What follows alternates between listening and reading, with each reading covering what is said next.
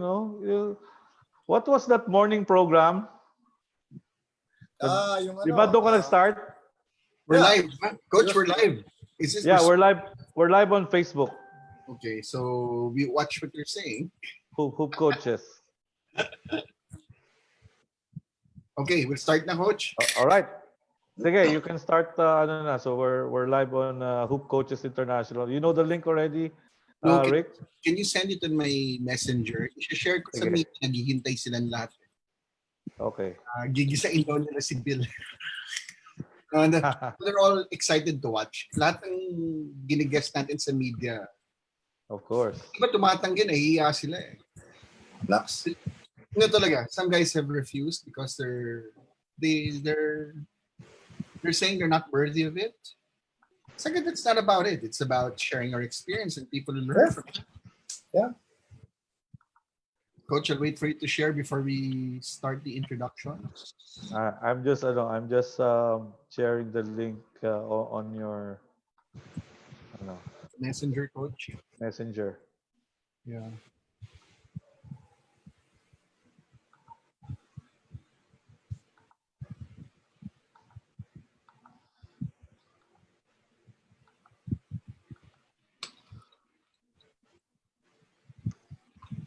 Coach, malalaman ko daw within the next few days about the NBA, Coach.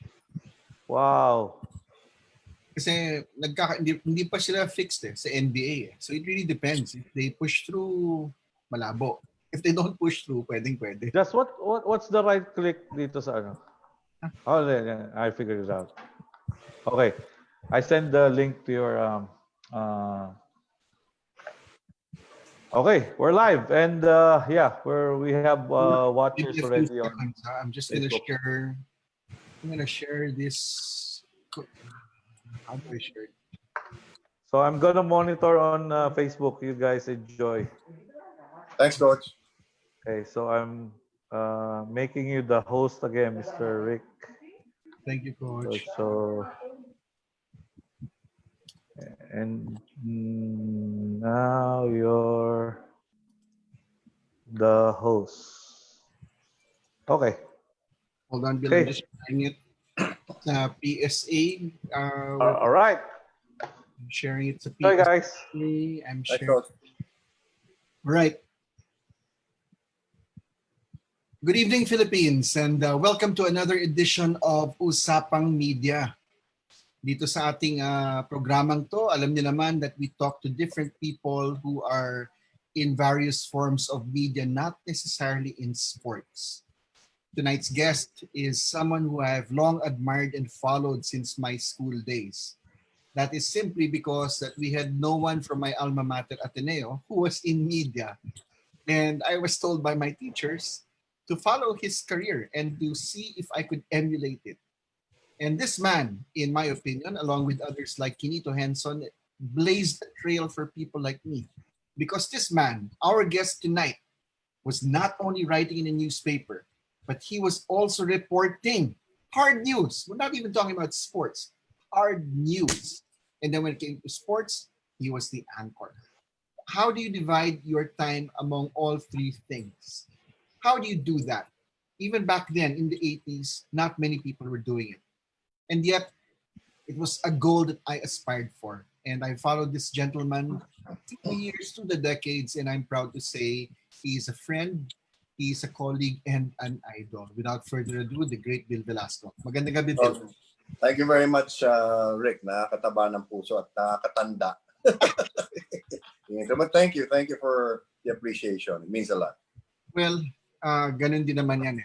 For many people that we've interviewed, from the people that I followed as a kid, Tito Talaw, Rhea Navarro, Tessa Smines, all these people, Al Mendoza, Reca Trinidad, all these people, we watched, we read, and we admired, we wanted to follow in their footsteps. And as I said earlier, you being also from my alma mater, you gave me and countless others someone to look up to and serve as a guide and as a model.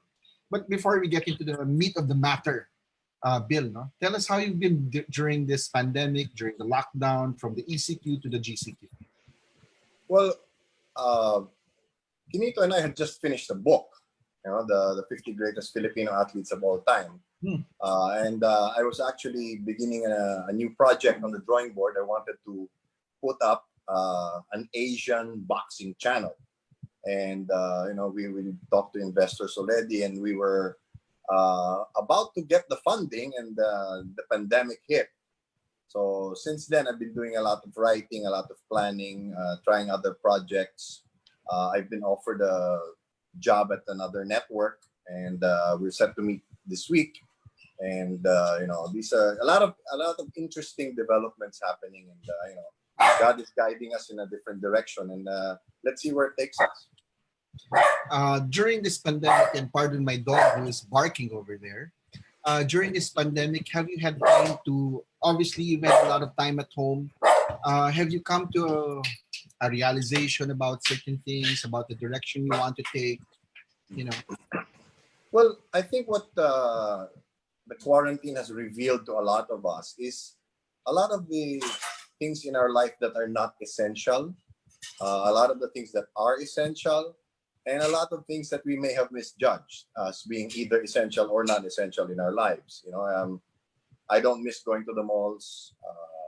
I don't miss shopping really. I mean, I go to the grocery. I was home by myself for 3 months, getting fat off my own cooking, and it's hard to cook for one.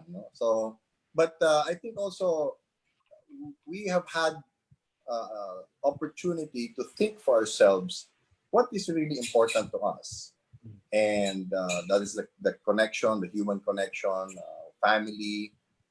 We've had a chance to introspect. For a lot of people, they've had a lot of time to work out, exercise, to do push-up challenges, and all of that, and explore their creative side. So I've been doing a lot of writing. I've been doing a lot of introspection also. I've been filtering out the stuff I watch to see, what is really good for me and what isn't. I've been trying to be more positive, a little bit more political on social media, and discovering other facets of me that may have been buried for a very long time. And it's been good. It's been good overall. I mean, mentally, it's been a lot of house clearing. And I've been able to, meditate, pray a lot also, reconnect with classmates and old friends. And, in other words, have a more balanced and less toxic outlook on life. That's very interesting to hear. In fact, you mentioned a few things that we will touch later on in our discussion. Sure. Before we get there, I want to go back, way back, to your high school days in Ateneo. Yes. And my recollection, you were with the Dulaang Sibol. For the people watching this broadcast, this webcast, the Dulaang Sibol is the theater in the Ateneo de Manila High School. And it is under the watchful eye and tutelage of Mr. Onofre Pagsanhat, who was the mentor for Bill Velasco. The question therefore is, did Dulaang Sibol theater prepare you in any way for your life and career as a broadcast journalist? Well, I think the deeper question or deeper answer to that is it prepared me more as a human being. It rounded me out as a human being, prepared me for a lot of the challenges in life. And to understand that more, you have to, the background, but basically I had come from LaSalle Green Hills. My mom had this funky project to send me to Ateneo, to LaSalle Ateneo, and then UP. Okay, so after everything I had accomplished in LaSalle grade school, I even helped found the literary magazine there. I was an honor student. When I get to Ateneo, I really had trouble fitting in because it felt as if everything I could do, somebody else was already doing better. And I happened to have the good fortune of landing in the honor section, and it was a very lonely place for quite a while. And through Dulaang Sibol, I wanted to have my own venue for self-expression. And that first year, I remember on the second day of auditions, Father Prudencio Macayan threatened to fail me in algebra. So I had to, I was crying when I told Mr. Pagsy that I could no longer pursue the auditions, which one of the few things in life I regret. And I auditioned again the following year, and Mr. Pagsy fought for me because I had a temper. I was not very good socially, so a lot of my peers disliked me. And he said there are some people that Cebol needs, and there are some people that need Cebol. So that struck a chord with them, and basically was telling them, vote this kid in. And so I made it. Became closer to my best friend Vince Concho. We were one of the smallest batches actually. They're normally 12 to 13 to 15 per batch, but our batch there were only I think 9 of us. So and then that climaxed with successful run of Julius Caesar. But more importantly, I think it was a sense of belonging. Everybody was equal, and everything was reversed. The seniors served the younger, and then we would fight over the privilege of cleaning the toilet. And Mr. Pagsy said there are many ways to love. You can love with a car, like you drive people out of the campus because the high school is deep inside Ateneo, so you walk like 1.5 kilometers to get out of the school. Yeah. So we would finish sometimes 10 in the evening, and a lot of people didn't have rides. So he said you can love with the car. We would do the walk talk. We would talk while walking. We'd have yung dating 3M pizza kasi yun lang ang kaya namin.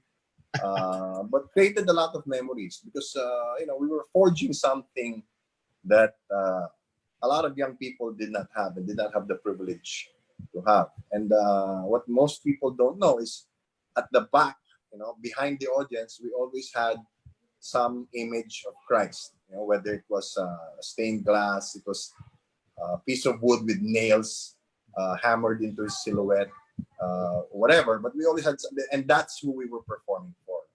And for me, that gave me stability, because my home life was not that stable. I didn't get along with my stepdad. I was struggling with my grades in first year because the standards were just so high. Plus, I came from the enemy. I came from the South, so it took a while to get accepted also. But all of that I was able to overcome largely because of discovering my strength as a person from Mr. Pagsy.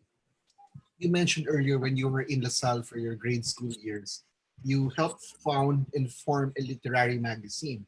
Yeah. And then you got to high school, ito na yung stage and theater. So in college, was there anything that you ventured into that furthered your career, that prepared you for your career as a broadcast journalist and as a writer? Well, the problem we had in college in Ateneo was we were rarely around any equipment at the time.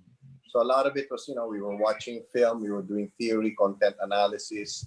Although in one of our classes, Marilu Diaz-Abaya was our professor. She invited the class to watch the filming of Once Upon a Time with Dolphy. I wasn't able to go, but those are the things that we were exposed to. So a lot of it you had to do on your own.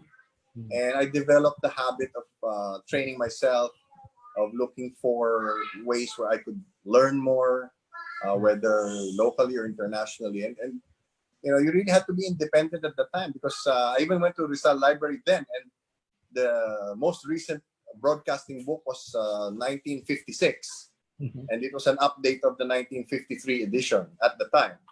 So we really had to do a lot of legwork, of spade work for ourselves. Okay. Before we go any further, I want to ask you about that book that you mentioned about these athletes. Is that out? If it's not yet out, when will it be out and in what format? It was launched in January. It's a very large softcover book. It's 50 Greatest Filipino Athletes of All Time, published by the Hokkien Times Philippines Yearbook. It is their first sports edition in 83 years. Wow. So I doubt it's going to happen again in this lifetime. So Kinito and I came up with a list. We matched our lists, and then we divided the list between us. And that was what we submitted to the editors. And the challenge was we needed new photographs of everybody. Right. So if they were dead, we needed photographs of the next of kin. If they were alive, we needed to physically take their photograph, and this is where Joel Garcia really shined. No, he and his wife man took a lot of incredible new portraits of these people. We flew to Cebu for Chuck Cañete, the grandson of Lolo Cacoy Cañete, for our niece. We took Donnie Nietes' photograph. We traveled all over Metro Manila, and it's really just a once in a lifetime opportunity that I'm really, really grateful for. I wish I was suggesting we do 100, but then it would have taken forever to finish the book. Exactly. Okay, so where can people avail of that book, and how much would it cost? Well, the book is 2,000. I want to buy one. Yeah, it's 2,000 pesos, and it's in most national bookstores. And actually, before the pandemic, the publishers had a number, email address, and you could have free delivery within Metro Manila. So, well, we'll check it out tomorrow, Bill. I can't wait to have you and Tito sign that for me. Thank you. Bill, okay. I'm glad that we're still digressing from the main discussion. No? But I noticed that people like you, Kinito, or even guys like Chino Trinidad, you like to curate and compile all these stories, anecdotes, and whatnot about our sports heroes. What is it about preserving these stories and these heroes for not only what's the term here? For looks right now. What's in it? Why do this?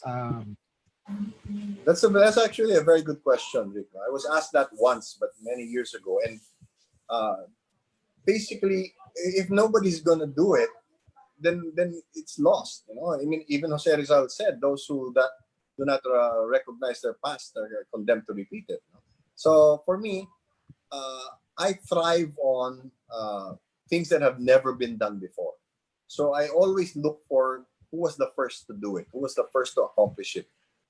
As the saying goes, the first one through the wall always gets bloody. And that's, for me, very significant.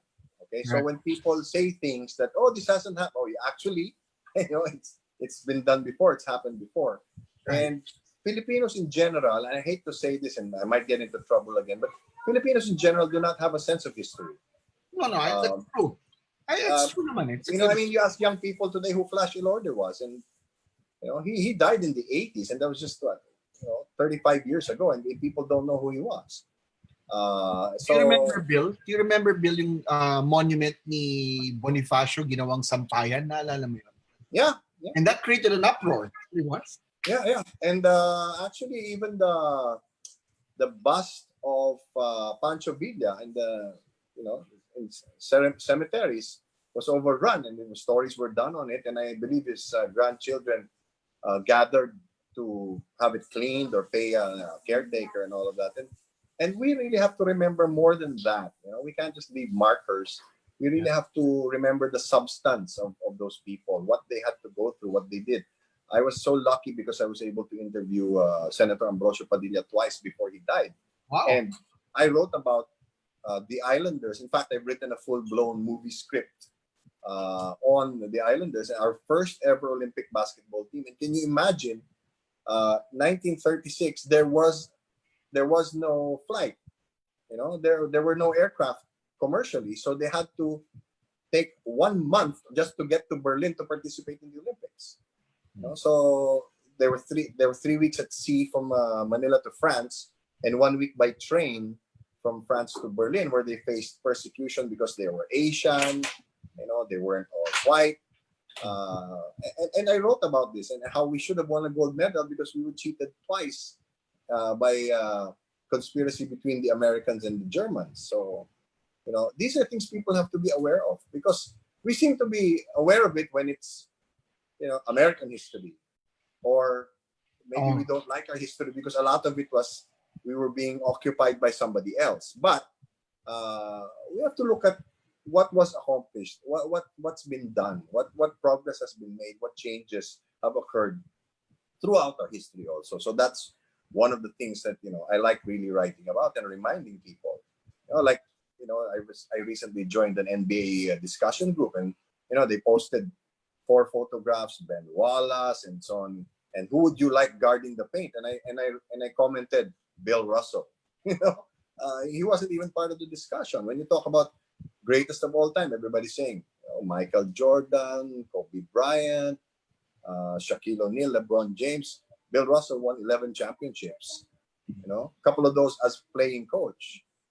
At 220 pounds and 6'9", he contained Wilt Chamberlain, who was 7'1" and 275. So these are the things that I bring up into the discussion.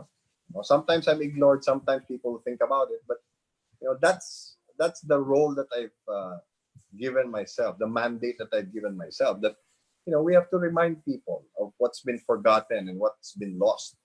Mm-hmm. Well, as we always say, in due time, these things will matter to many people. Sometimes they don't realize the gold mine that they have in front of them, but eventually they do. Okay, Bill, I want to show this picture.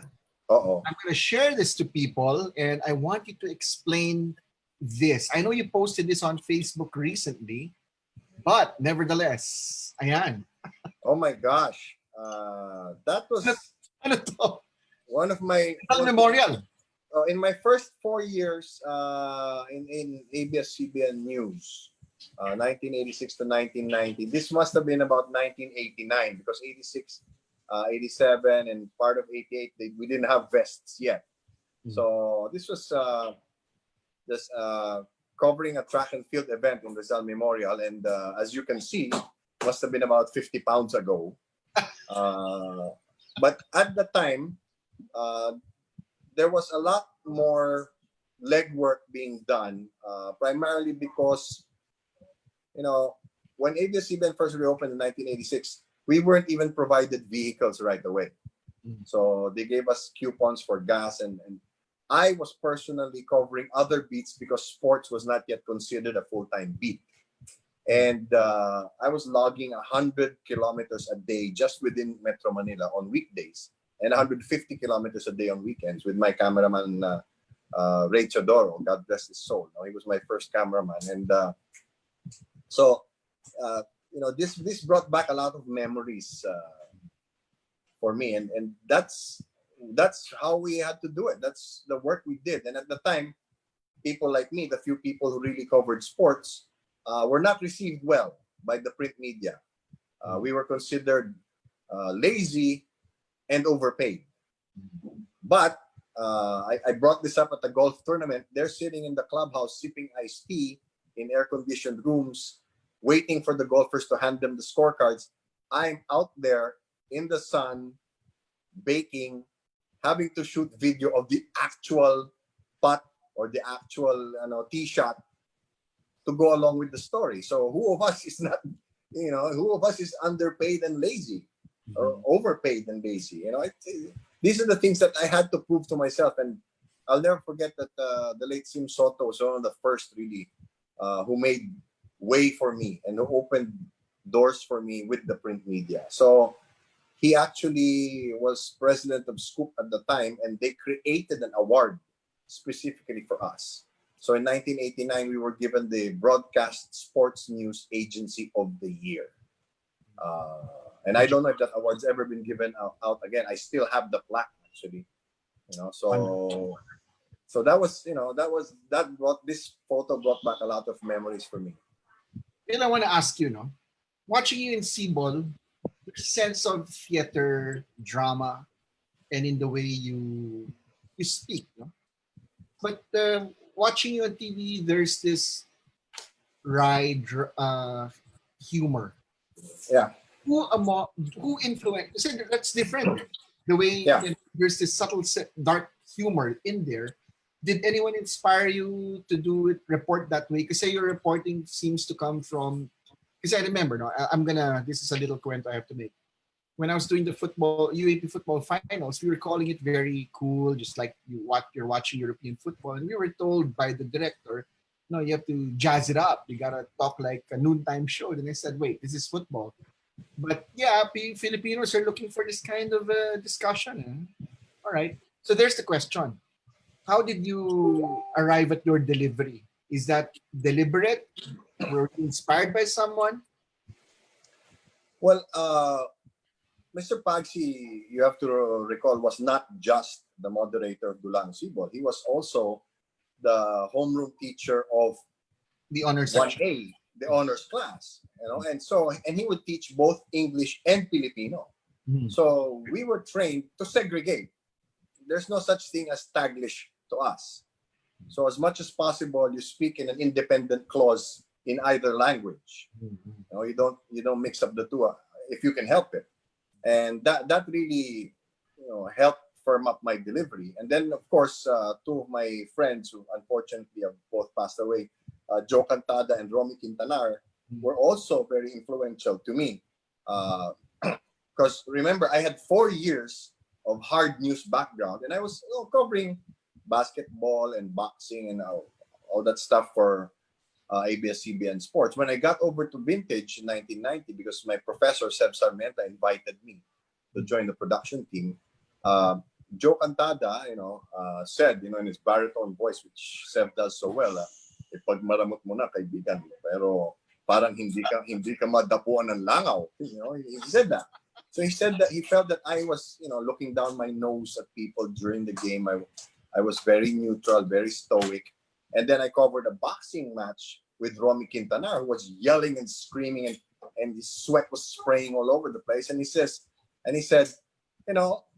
this is like love making, baby. So those two guys brought that out of me. And Romy K, yeah. Yeah, Romy K, just Gina and all that. So that really brought out that aspect of it. And I realized, I'm not doing news anymore. I can enjoy myself. I don't necessarily need to be biased. My most difficult games were Philippine team games because, we're supposed to be able to cheer, but I would still restrain myself. I covered I had a team that went to the 89 SEA Games where we were cheated in basketball so many ways. And when 91 came in Araneta Coliseum, Andy Howe and I were covering the finals. So you can imagine. Team captain on. Yeah, Nonoy Chuatico was my classmate. Yeah. He'd been converted to point guard by Francis Rodriguez. And that really was, for me, an indelible moment. And a couple of weeks ago, somebody posted a video of the last few minutes of that game, and it really just sent chills up my spine. Andy and I was in charge of basketball and 3 other sports during the 91 SEA Games. So it really brought back a lot of memories, and I can even recall some of the words I used, and you don't forget moments like that. So definitely. It was that process, what I went through in Dulang Sibol, and then Tanghalang Ateneo with Ricky Abad.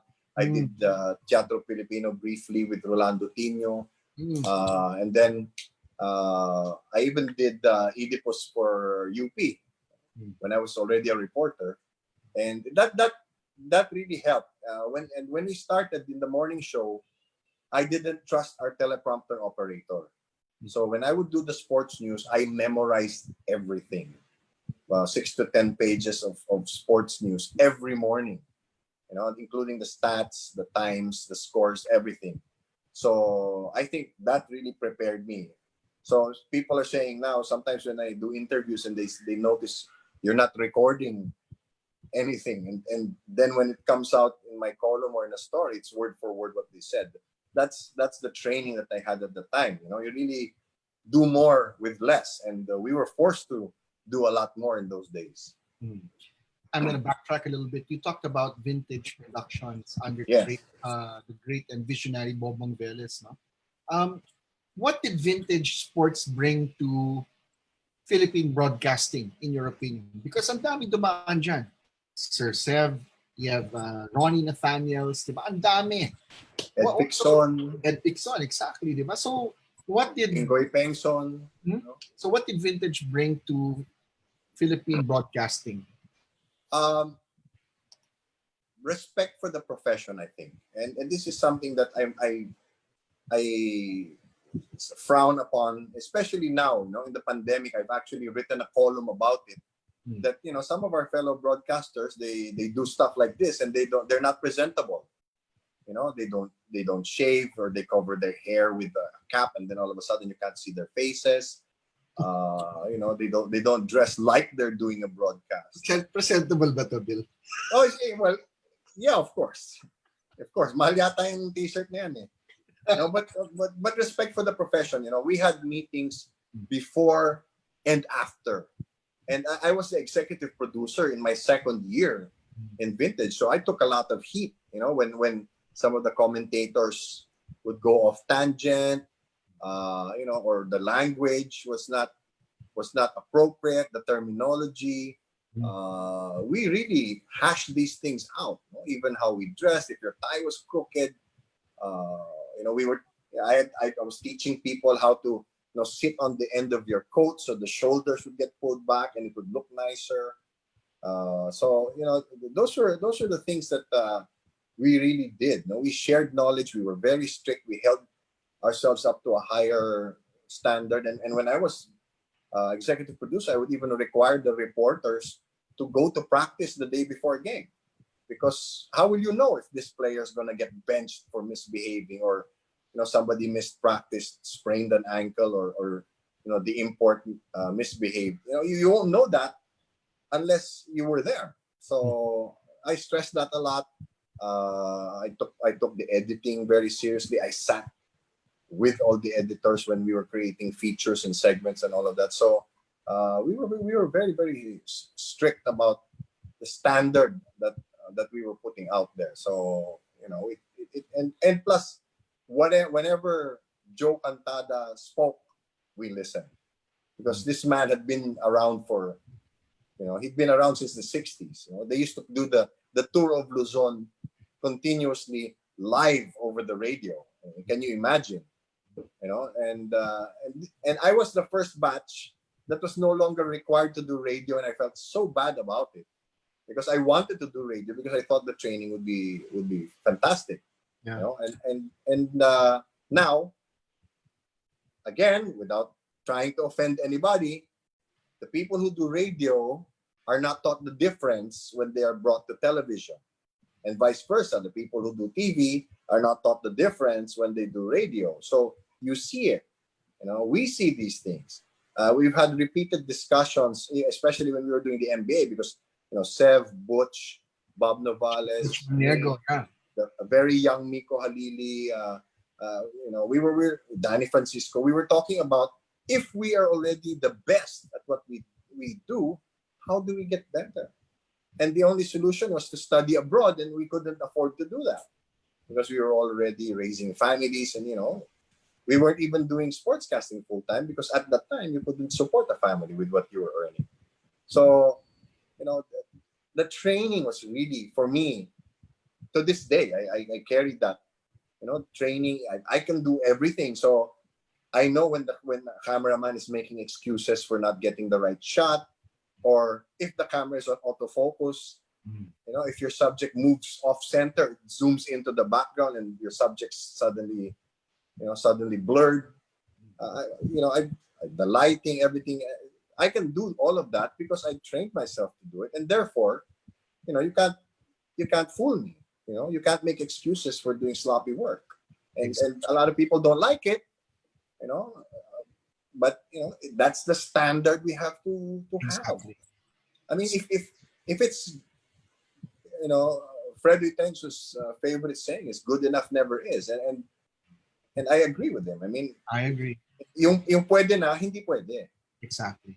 You know, so because the results will speak for themselves, and I'm really flattered that to this day some people think I still do PBA, and I left Vintage in 1992. You know, and people refer to that as the golden age of sports broadcasting, and that just makes me happy that, you know, we were able to work with those giants in the sports broadcasting industry. Well, you guys were defining it as you went on. Now, you mentioned earlier about, I'm going to touch on that, what you said earlier, no? About having your reporters go there before the game, a game before the particular game, to know what's happening. No?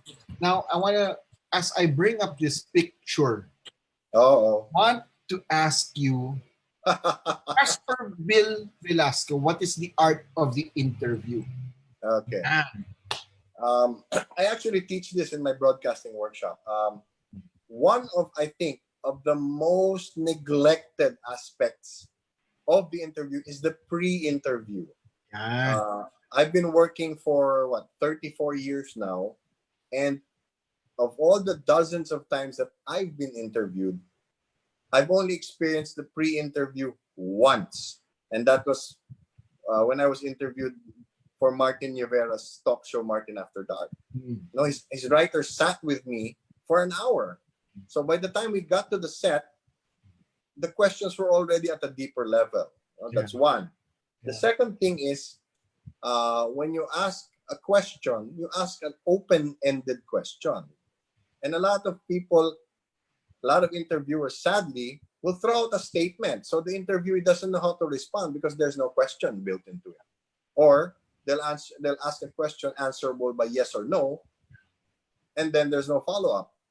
So nalilito ngayon yung kausap mo kasi nagtatanong ka ba o may sinasabi ka lang, di ba? So those are some of the things I teach. Okay, an open-ended question. Can I hold you for a second? I want to hold that thought.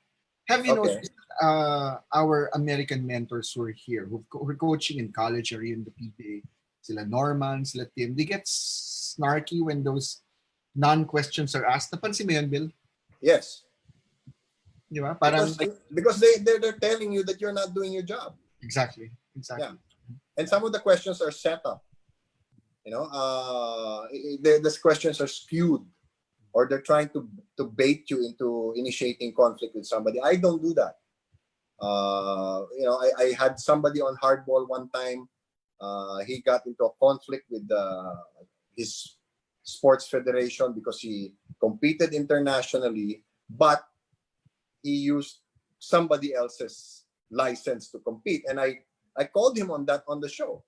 And he admitted that he was also at fault. So, in other words, both sides were wrong. And he was just trying to make it appear that the federation was wrong. So, those are the things that we have to do. We have to ask those questions. And we have to point those facts out. Or else, you know, people just get away with whatever they want. Okay. Anything to before you add to the art of the interview? If you notice, a lot of the athletes when they're interviewed, it's usually, you know, we just follow the game plan, you know, hard work, practice, prayers. Yeah. So the interviewer is leaving themselves at the mercy of the athlete.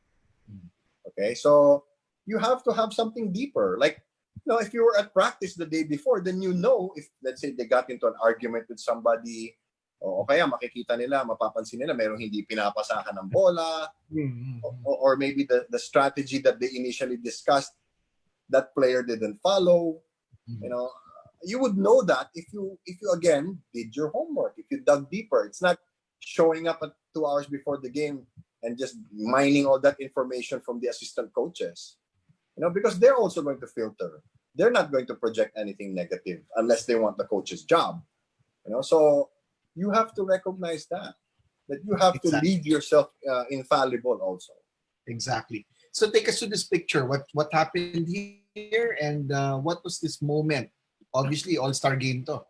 Yeah, that must have been it must have been between 1990 to 1992, and I think Samboy Lim was the MVP of the All-Star game that year. I really hated that uniform. We had those in green, blue, very bright blue, and that red. You know, and it was. We all hated those uniforms. But with matching suit pa, no? Oo nga eh. Yung suit ang talagang hindi namin gusto eh. Kasi unang-una hindi naman talaga kasya, you know, especially Romy K. He could never button his. But you know, again, we had to do our job, and they were saying, well, this is sports, it's not really news, so we can be a little more colorful, literally. But I remember this very well because you know, during those games, I was freely walking around with the players and getting to know them, and you know, Samboy is always, you know, just, you know, do your best and whatever. And this was one of the rare times really that Samboy wasn't injured, because in 10 seasons in the PBA, he only completed 1. You know, he was injured 9 out of the 10 years that he was playing. Even in the 1990 Asian Games, he had a torn shoulder, and they were just injecting him with painkillers before the games. So this was one of those rare times when, you know, you could see how joyously he played without any injury that to worry about, and you know, he got his reward for it. Okay, I'm going to ask you this now. to your recollection, name the 5 best interviews you've had. Sino sila and why? Actually, I have Don't 5. limit yourself to local, ah. Well, I have 5 Five. local and 5 foreign, actually. Oh, sige. Okay. Bullet On the points. local, on the local side, of course, no list would be complete without Tim Cone. And there are no short interviews with Coach Tim. Yes. Of course, Norman Black. And when I was still a reporter and producer, I followed President Ramos on his state visit to the U.S. And that's a trip I will never forget because I was directing a TV program called Action 9. So I was also shepherding Dong Puno, Ray Langit, and Mon Tulfo throughout the trip. 8 cities in 14 days because you know how President Ramos works. Who else? My gosh. Let's see. I had written this down somewhere. Norman Black's always a great interview. That's 2. Yeah. Are you throwing FVR in there? Oh, tatlo. Yeah, tatlo. So FBR. Let's see. Sinulat ko kasi kaya hindi ko na maalala kung saan ko sinulat eh. Sama mo na yung controversial, ha?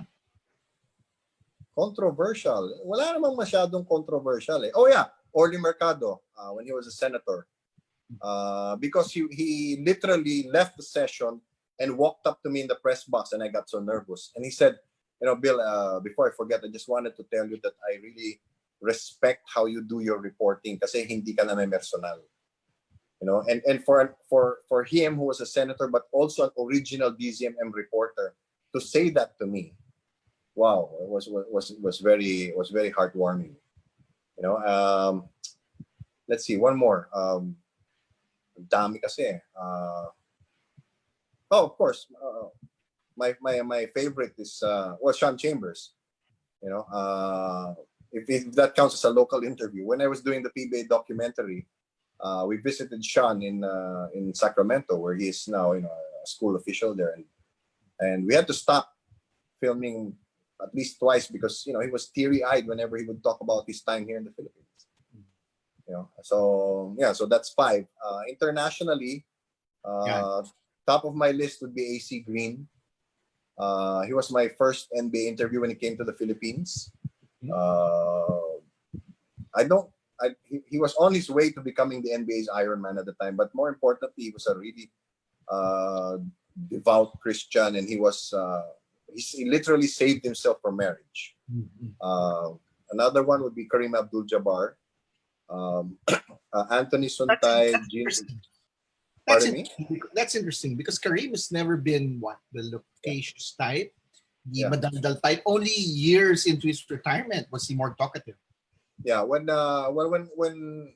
we covered the 2004, the first NBA China games in Shanghai, of course Adidas was the sponsor. So a group of Filipinos, Gino Rufino, Anthony, and myself, interviewed Kareem, and we were only allotted 15 minutes, but he was surprised at the depth of knowledge that we had about him.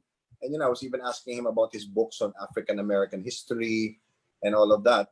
And we ended up talking to him for 45 minutes. Whenever somebody would walk in to cut the interview, we just waved them off. And he really enjoyed and he's a very complex, very aware person, particularly for social issues. He refused to compete in the Olympics because of how the U.S. was treating African Americans. So that was big for me. I got to spend a lot of time with Detlef Schrempf when he came here to the Philippines. Show that picture right now. Yeah, there's a very funny story to this. Okay, that was from the 1996 Olympics. Germany had not qualified, so he was in the broadcast booth right below me, covering the dream team and the men's basketball competition. So I asked for a photo, and he had the nerve to stand up, and he's 6'10", so I suddenly looked normal sized beside him. But he came here in 2004. Or was it 2005, to do clinics for Adidas. We even rode a tricycle together in Lipa, and he couldn't see where we were going because his head was almost between his knees. Exactly, yeah. And I printed 2 copies of this photograph. I signed one and asked him to sign the other. And I said, I'll sign one for you, you sign one for me. And he had a good laugh about it. Tinanggap naman niya. So, you know, so I wrote a column about it in NBA.com Philippines. Why an NBA All-Star has my autograph. You know. Magkasubtitle sa website ngayon, Bill. Yeah, our conversations were very insightful. Also, remember he was the first German player, and he had gone through the U.S. school system, and he guarded practically every member of the dream team. So that for me was, you know, it's a lot of different perspectives that you don't normally get when you interview NBA players. That's right. Another person would be, well, Teofilo Stevenson, you know, in the '96 Olympics. Cuban boxer, yeah. Yeah, Ronnie Nathaniels and I bumped into him, and we chatted for a while. And, you know, he's one of only 2 men to win 3 Olympic gold medals in boxing, which means he never turned pro because Cuba is a communist country. You know, and you know, he said, I love my country and my country loves me. And just to give you an idea, Teofilo Stevenson was 6'4". He would have, with all due respect, he would have demolished George Foreman, Joe Frazier, probably even Muhammad Ali in his prime. That's how devastating he was. But he never turned pro, so he never, you know, became a commercial success. Another one would probably be, well, David Diaz. I did the first ever Philippine interview with David Diaz when I was in the U.S. in 2007. I sought him out when I was in Chicago covering the World Boxing Championships, and that was when he was just challenging Manny Pacquiao. So Pacquiao was choosing between him and a second fight with Marquez, and Pacquiao did the Marquez fight first before fighting David Diaz. And David remembers the interview to this day. He's retired already in a realtor, you know, in the U.S. And then there are a few others, Greg Norman. Who else? I interviewed Tracy McGrady about 4 or 5 times. Kobe Bryant. Who else? There are a lot. But I really like it when the discussion doesn't just revolve around the sport, but the process that they went through. Like when I was interviewing Tracy McGrady, I said, Tracy, why didn't you finish your studies? And he said, you know, you go to school to get a good job. I already have the best job in the world. Of course, I couldn't disagree with him. You know, he was already a superstar at the Orlando Magic when we spoke. So those are the really memorable ones. You know, I'm sure I'm forgetting some others, but you know, that's it. Those are some of the highlights. Okay, I'm gonna move a little forward now. You're Okay. being a writer, a column writer. Some people say that when you do column writing, you're very opinionated, and yet when you do your reports, you're even keeled. You don't try to steer the conversation one way to follow the angle that you want. How do you balance that? And some people will even say it's wrong to give out these opinions, no? Because dapat objective lang. Well, you know, when you're a reporter, you really just have to report the facts. Or in my case, I prefer doing enterprise stories. I unearth the facts. You know, I was once investigated by a sitting senator when I was a reporter because I wrote about 6 senatorial candidates who had used a government plane to campaign. And as part of the report, I showed the manifest of that flight. And his name was on it. But I clarified in the report that, you know, I didn't mention him in the report because he was a government official at that time. So he was allowed to use that plane. But the other 6 were not. So he sent somebody to the newsroom, talked to my boss, and my boss called me. They watched the report and they said, oh, okay, it's clean. You know, there's nothing to complain about it. So, you know, if you just stick to the facts, that's what news is. And a lot of people can't discern anymore. You know, when it's news, there's really no agenda. And one of the lost arts is content analysis, which we took up in college. Basically, let's say you take 2 publications or 2 newscasts, go back over a period of time, pick one subject and see how they treated each subject, the kind of vocabulary that they use talking about it. For example, if you're talking about, let's say, the president or a president, one media organization would use words like despot, dictator, murderer, and the other would say leader, benefactor, or things like that, more neutral words. So that's where you determine bias, which I also teach in my broadcasting workshop. So when you're a reporter, you have no bias, you have no opinion, you get both sides, or you say when one side does not want to be interviewed. When you're writing a column, you use those facts to shape your opinion about it. And you know, of course, you have to be polite about it because you are backed up by a news organization. In my case, you know, the Philippine Star has probably been the best work situation I've ever been in. So that's how you get that. You don't do anything foul. You basically concentrate on the action, not the person. I teach that doer versus deed. I have a module on that, where you talk about what was done and you don't attack the person. Okay, so it keeps the discussion around an event or an action, and you don't go after the person. It doesn't become, you know, emotional or personal, and the person doesn't shut down. Plus, if you start attacking that person, you know, personally, you name call and whatever, then you're not giving them an opportunity to redeem themselves, explain their actions, or compromise. So for me, as a columnist, my responsibility is to discuss what those facts mean, you know, if there are similar situations that have happened in the past, you know, how it can be better, or if there are situations that is comparable to, and give what I think about it. When we do hardball, it's a mixture of both. Yes. Hardball, because hardball was my concept.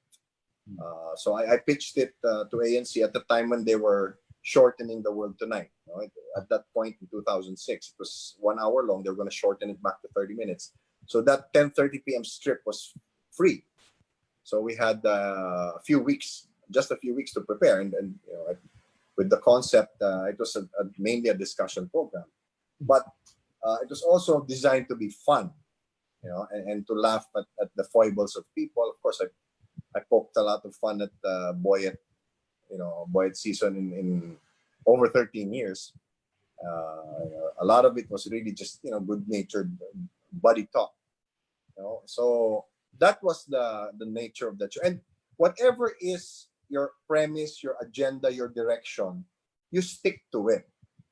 Because sometimes, you know, especially today, I in fact talked to a sports editor of a sports website a few years ago, and I told him, you know, your reporters don't seem to know the difference between a news report, a column, an editorial, or even gossip. And you know, he was saying, yeah, that's been my problem, you know. And then now the headlines are, you know, kilometric, and you already know the full story without having to read the story. So again, it all boils down to the discipline. Like, you know, if you're stating your opinion, then it's an opinion. It may not necessarily be a fact. People may not agree with it, but just be clear that it's your opinion. If it's a news report, then those are verifiable, attributable facts. Okay, and if somebody else said it, then get them on camera or get their voice actually saying it. Now, I use this as an example also when I teach the Manny Pacquiao versus LGBT issue, which went around the world and nobody fact-checked it. That quote that was attributed to Manny Pacquiao, he was actually quoting the Bible.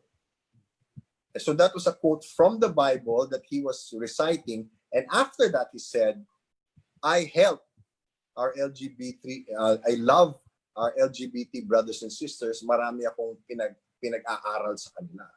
That part was suspiciously edited out of the final soundbite. But if you look over, you know, the raw material and even the transcript, it's still there. So he was quoting the Bible, and that quote was attributed to him because it came out of his mouth. So, you know, These are the things that we teach. Let's be careful about that. Parang pala yun kay Jerry Krause, no? Yung sinasabi niya na organizations win championships, and he was saying that some of his statements to back that up were left out. Like, you cannot do it alone. An organization, you were saying that. Okay. Exactly. Now, doing hardball, writing a column, doing your documentaries, how do you juggle that? And Okay, that's an excellent question. Back in 2001, I had 8 different jobs, including nakakatulog ka naman. well, I was doing a morning show. I was reporting. I wrote for the Philippine Star, and I was covering games, and I would end my day as editor-in-chief of philsports.net, which was the first ever all Filipino sports website in history. We ran for 1 year. Me, Kenneth Garcia, Ed Tolentino. Kenneth's already migrated to the US. And James T was our resident historian. The guy needed another outlet. So, and it was a lot of fun. It was very fulfilling for me. Basically, the way you balance it is to allocate time for each. When I'm doing a documentary, I know the cycle of work. So let's say once the documentary is approved, the first maybe 3 weeks or so, we're shooting practically every day. So I have to fix my schedule around that. When we went to the US for the PBA documentary, we were only gone for 5 days. And we went all over California. We interviewed Ricardo Brown, Abby King, Naning Valenciano, Vince St. Price, Sean Chamber. We did 6 interviews in 5 days. So you have to allocate time for that. When do I have time to write my column? Okay. Sometimes I'll do it late at night. Sometimes I'll do it early in the morning when it's quiet, when I'm settled down, when I can think.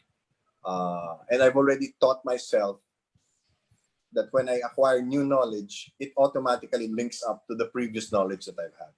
That's a discipline I had to develop over the years. So when we're doing a documentary, we do maybe 3 to 4 weeks straight shooting. Then I know I have 2 to 3 weeks while all the interviews are being transcribed. So I pack in a lot of the other work there. Then once the transcriptions are sent to me, that's about 2 weeks or so of straight writing, where I have little time to do anything else. So maybe I'll write one of my columns in advance or write it halfway through, so I just have to finish it up. And then when documentary is being edited, that's another 3 weeks or so. Then they send me the rough cut and we go back and forth over it. So that's a really nice kind of pace for me. I've never really gone on vacation, and almost all my travels revolve around work. So the work sort of feeds into everything else I do. And I've never been out of the country for more than 3 weeks. So, I always make time for work. If you're on an airplane, that's how many hours of time when you have to write. Not too many people know this, but I once did. This was during the time of President Noynoy Aquino that I did a 20-minute agribusiness AVP in 24 hours. So we got the approval on a Wednesday. Thursday morning at 3 a.m. we drove out to Bulacan. We did interviews before the sun came up. Sun comes up, we shoot their project there where they were planting, harvesting, and packing all the ingredients of pakbet. So you just, you could buy it without having to buy everything already. You just buy the whole pack and you're good to go. And then from there, we drove to the airport, flew to Leyte, went across the San Juanico Bridge, filmed their other project there, drove back to the airport, took the last flight out. I wrote the script on the plane. When we landed, my younger son, Daniel, picked us up. We parked somewhere. I did the voiceover. It was edited overnight. I got it at 7 a.m. The event was 8:30, and I was the MC. So, again, it's not to brag. It's basically I wanted to know if it could be done. And, has it ever been done before? And apparently it can be done. So, stuff like that. Going back even further, we were talking about vintage. When I arrived at vintage, they were only getting slow-mos from 2-floor cameras and the main camera. I had a technician make a makeshift switcher, patched it into the main board, and we were able to get replays from all the cameras of it. And that became the new standard. I realized that we weren't able yet to do game highlights at the end of the game while the panelists were doing the extra. So I pioneered that too. I brought a very frightened cameraman to the rafters of Ultra because I wanted an overhead shot of the PBA logo at center court. Stuff like that. I stood on, actually I knelt on the rooftop of Isitan in Cubao, and there's no guard railing because I wanted an over-the-shoulder shot of the big dome right before the finals of the 1991 SEA Games basketball competition. Interesting. And these are things that people take for granted now, but at the time nobody was doing them. So I said, why not? Why can't we do it? It makes for better visuals, makes for a great story. It's more arresting to the viewer. So that's basically what a lot of my career has been about. Doing what's never been done before. The cool thing about it is that this was pre-drones, yung mga drones na drone cameras. Yeah. So for those watching this webcast with Bill Velasco and your host Rick Olivares, back then you did what you could, and sometimes you lived dangerously just to get good shots. No hazard pay. Exactly. Okay. I've actually gotten shot at a couple of times because I was a military correspondent for 6 months. And Ron De Los Reyes and I, a lot of people know this story. We almost died in the bombing at the Atlanta Olympics because we were in Centennial Park when the bomb went off. So hazards of the job. It's because you have to be there. Exactly. And I always wanted to be there. And when students ask me, what do you like most about your job? And I say, look, okay, how many people do you know get paid to go to the Olympics? Even the athletes don't get paid because they're amateurs, right? So I get paid to have a ringside seat to history, and I get to to smell the air of greatness that permeates these places. So it's a great job. For those watching this webcast with Bill Velasco, our generation and even the generation before us, part of the thrill of telling the story was the hunting down those stories and going out on these beats. Bill, the question now, there's a question here. Obviously, it's a different time. The internet has made communication a lot easier across the oceans. However, it has also taken you away from the beat. But we're not putting that down. The question is, how have you adapted to these modern times? And during this pandemic and probably the post-pandemic, how will you reinvent yourself? Well, finishing the book was actually very, very instructive to me because some of these people had dropped out of Filipino consciousness for a very, very long time. In fact, I had been able to track down the grandson of Vicky Draves through social media. No? For those of you who don't know who Vicky Draves is, Victoria Manalo won 2 gold medals in the 1948 Olympics in platform diving, and she was born of a Filipino father. Now, unfortunately, when I was talking to her grandson, he was going to get married, and after he got married, we weren't able to connect anymore.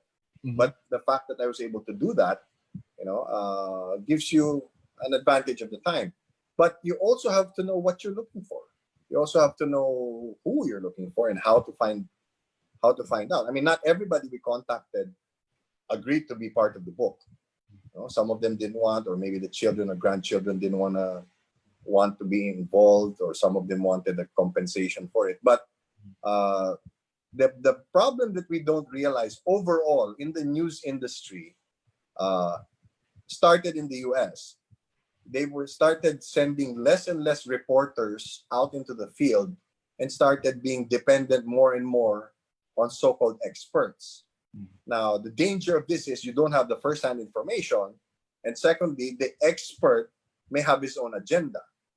So, sometimes the audience is listening to somebody who actually has a different motive, and is not really just there to render his opinion about a certain subject matter. So we have to be careful of that also. And that's become the trend in the US, because everybody, because a lot of these media companies are now owned by, large investors who are looking at the bottom line more than anything else.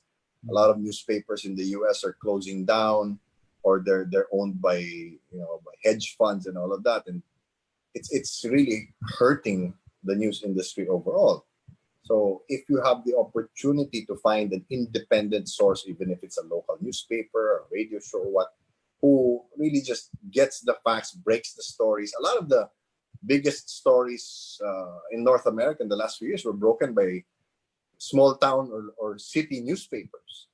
So that's one good source, and you really have to fact check. I think what's more challenging now is it's easier to get access to information, but we're not aware of the quality of information that we're getting. If it is real information or just fabricated at all, so we have to be conscious of that. And it's more of a burden now for the consumer, the viewer, the reader, na tama ba itong sinasabi nito? Anong hindi nila sinasabi? What's the other side of the story? We have to, and we as the professionals in the industry have to safeguard that. And it's getting very, very hard. I mean, somebody put out fake news that I was banned from the opening ceremonies of the SEA Games because I wrote about the cauldron. And I know some people in high places are mad at me because of that, but it had to be done. I know who fed the story. I know the guy who wrote the story, and I've already debunked it. First of all, you don't ban somebody from a one-time event. And secondly, I don't think the Philippine Sports Commission would have allowed me to be banned from covering anything in the SEA Games. And third, I've done 11, 12 SEA Games, so I was not going to drive all the way out to Bulacan for an opening ceremony. So things like that. Those are the hazards of the job. But we have to do it. I mean, if we don't do it, then people will just be fed anything. And there's a saying that if you keep feeding people excrement, they learn to like the taste. Okay, you mentioned earlier about small town writers, reporters coming up with some of the best scoops, the best stories in sports in the last decade or so. But now with the internet and the advent of online sites, websites, blogs, and all that, how do you get your voice out there? Because people think that the internet has made things easier. It's actually made it more difficult to get your voice out there. So hence you see clickbait journalism and all that. So the voice, whether it's of reason, the voice of contention, how do you get it out there as a guide and as an advice for those looking to go into this profession? Well, there are two ways it's done now. One is I'm very lucky. I'm part of one of the best media organizations in the world. The Philippine Star. We're also the largest newspaper group in the country, and I'm very lucky because they've set standards from day one. So that automatically guarantees me an audience. But if you're going to do it on your own, write a blog, do a podcast, you have to be able to do it the way it's meant to be done.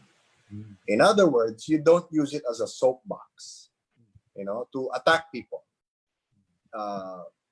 Stick to the issues. What are they doing wrong? Expose the agendas.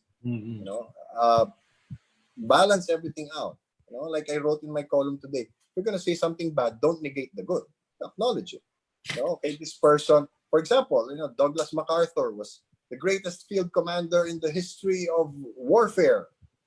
Terrible office manager, because he was kicked upstairs after the war, and he was a terrible manager. So you have to balance things out. You can, because our problem is we sometimes assume that people who are excellent in one field are excellent in all fields.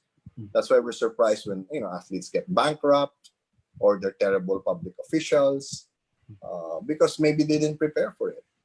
That's why I admire people like like I mentioned Ricardo Brown and Sean Chambers, because they prepared for a future career in education. And so they went back to school, they studied for it, they prepared for it, they worked their way up. You can't just have things handed to you. Now, in this day and age, there's so much noise. You just have to be able to choose who to believe. And if you're going to start small, start with an audience that will not allow you to BS anybody, and be consistent. Right. And you have to be consistent. You can't just suddenly go off tangent and stick to what you know, and then gradually expand what you know. Exactly. You can't just now. Isn't that the common complaint now? All of a sudden, if there's an earthquake, suddenly everybody's a seismologist. If there's a pandemic, suddenly everybody's a medical expert. But wait, I have to go onto Twitter to find out how I feel about it. I mean, there's a lot of that going around. Everybody's riding the bandwagon. Who's driving it? So for me, I speak from my experience. There are a couple of sensitive media issues now that people ask my opinion about, and I said, this is what I know. I don't wish ill on anybody, but this is what I've experienced. This is what was done to me, my friends, my colleagues, and take it however you will. I don't like to generalize. I don't like to attack people personally, but this really happened to me, because when you speak from experience, nobody can invalidate that. Nobody can say it's not true. If I was, for example, you weren't paid enough or given a proper contract, and you talk about that, you're not sour graping. You're not, you're saying that's what happened to me. That's what was done to me. And when they talk about all sorts of offenses done to people, that's what has to stand out: the truth, the facts, what really happened. Right. For all those watching this webcast, this is Usapang Media with Bill Velasco. I'm your host, Rick Olivares. We're down to our last topic, but I just want to be sure that we got this recording because we were recording earlier, then we went live. We've been experiencing problems with Facebook. Bill, I hope you don't mind. I want to touch again on C-Ball in case people missed it, because I'm not sure if part was recording. For those, in case this was not recorded, si Bill went to LaSalle for grade school, then he transferred to Ateneo for high school and then college. In LaSalle, just to recap, he helped put up a literary magazine. And then when he went to Ateneo, he joined Dulaang C-Ball, which is the theater group of the high school. Now, the question earlier I asked him, and very quickly, Bill, how did that help shape who you are as a broadcast journalist? Well, one of the things we learned was being authentic to yourself. I was one of the people who cried the most on stage during performance, because outside of basketball, it was, one of the few times I was really able to express myself. And so, I let it all out there. I felt belonging. I felt camaraderie. I felt, friendship. I felt spirituality. And it's that authenticity and that integrity that, is the continuous challenge for us to carry today. And it's hard because, when you go to a school like Ateneo and you attend a place like Dulaang C-Ball, you are taught all the principles that are going to constantly be challenged when you step out into the real world, particularly in journalism, because there are people handing you tokens or envelopes with cash and or giving you gifts, expecting something in return. And you have to fall back on your education and your training and your spirituality and say, how do I deal with this? Right. How do I handle it? Can a man serve two masters? And then you live with it, whatever your decision may be. Because far be it for me to judge. you take it from there, one decision at a time. Okay. We're running a little over time. That I know I've taken a lot of Bill's time, but I think we need to discuss this. I touched on this earlier about the pandemic and everything that has really put sports into a halt. Maybe some other countries it's started again or restarted. The question I'd like to ask you and what the viewers are asking Bill is, how do you see sports here in the Philippines? Because we've definitely not flattened the curve. How do you see it getting back, and what is your recommendation to get it going? Because you hear right now sa NC or was it UAP, primary sports lang next year's volleyball and basketball. What is your recommendation? Yeah, people would want to know that. Okay, first of all, in more prosperous countries like the United States, sports is not considered a luxury. In the Philippines, in many sectors, it is considered a luxury. That's why gyms are not being allowed to operate, and barbershops are. Okay, so that's one point of view that I've been battling for the last 30 years plus. Secondly, the monies are much smaller. The buying power is much lower. So, for example, for the NBA to play in one venue, fly everybody there, quarantine everybody, test them weekly, they can afford that. But what sports league could do that here, right? So you have to consider the economics also. Third, sports generally require a mass gathering, and that's the number one, forbidden thing during a pandemic. Yeah. So now everybody's learning how to live without the atmosphere, the sound and the noise and the reaction and the emotion of a live audience. That for me is going to be the single biggest. It's like every game is a closed door game. Yeah. And there are some sports which I feel can adapt, or like, for example, if you do races, like you do swimming or sprints in track and field, they may just have to allow the athletes to run one by one and just compare the times. So there's no physical contact. They've already done combat sports, so that's another area where it's going to be easy. Any sport that involves racing, they will have to run individually. And they can't. It's harder to run against each other because there's physical contact. Now, team sports are going to be the very challenging part. If you can isolate the athletes from an audience, then you can have an audience. For example, NASCAR, people park their campers in the middle of the track, right? So, excuse me, if you can simulate, a drive-in movie theater with a sports event, that might help. Two, maybe do a viewing party instead, a viewing event. Sell more merchandise, and really find a way to reach the audience. Because in the Philippines, unfortunately, a lot of the revenue comes from the TV audience. And that's one reason I think the NBA and Major League Baseball really want to get back going, because even just the patch on the jerseys brings in at least $200 million per season. So that's a huge chunk of change. And you can forget about ticket sales because there won't be any unless we figure out a way to enclose sections of the gallery. In the United States, people pay millions of dollars for luxury boxes. Yeah. That's one of the things that really ruined the architecture of Staples Center. Right underneath the bleachers, you have all the luxury boxes. So when you're in the bleachers, it's you can't see. Puro bumbunan na lang yung nakikita mo, di ba? And your eye level with the big screen. So if we could have something similar to that here, make it maybe a barcada event, and enclose 5 people and whatever, filter the air conditioning. It'll be some initial expense, but like I wrote in my column a week and a half, 2 weeks ago, large coliseums are going to decline. Unless even if we do something like a drive-in theater, how are people going to sit in their cars for 2 hours and they're going to have empty tanks of gas by the time the game is over, right? So it's really going to require a big reorientation of how we do sports, how we cover sports.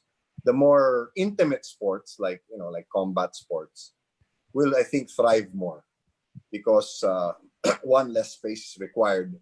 Two, it's easier to isolate people, keep them apart from each other. Esports, I haven't really heard much about esports making a dent during this pandemic. They should be going crazy now because now, you don't need to fill up a big coliseum. You can just broadcast everything.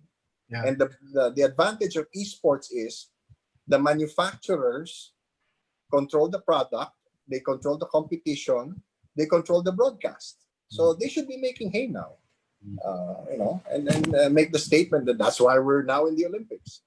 So for us, we have to fight as an audience here in the Philippines. We have to fight for our sports. I mean, how important are the sports to us? What are we gonna, what sports can we not live without?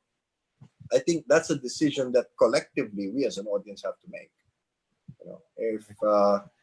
If the IATF will not approve certain plans of, let's say, PBA or some boxing promoters, we're not going to have sports for a very, very long time.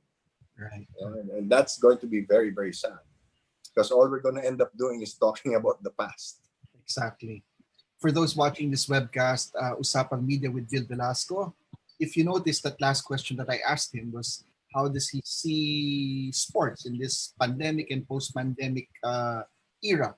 And if you notice the way he broke it down, he considered a lot of factors. And that leads me to one of the earlier questions is, how do you break things down? What do you look for? What is the art of the interview? How do you make it more deep and more meaningful as an experience for those who follow sports? So I hope you learned a lot from this guy.